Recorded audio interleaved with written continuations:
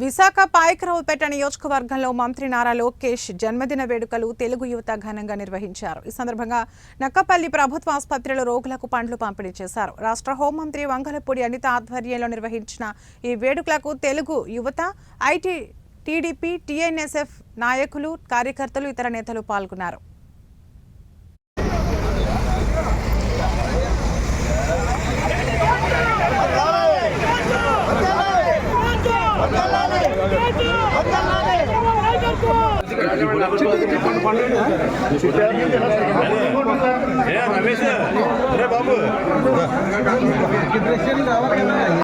అడ్డుగా లాగండి.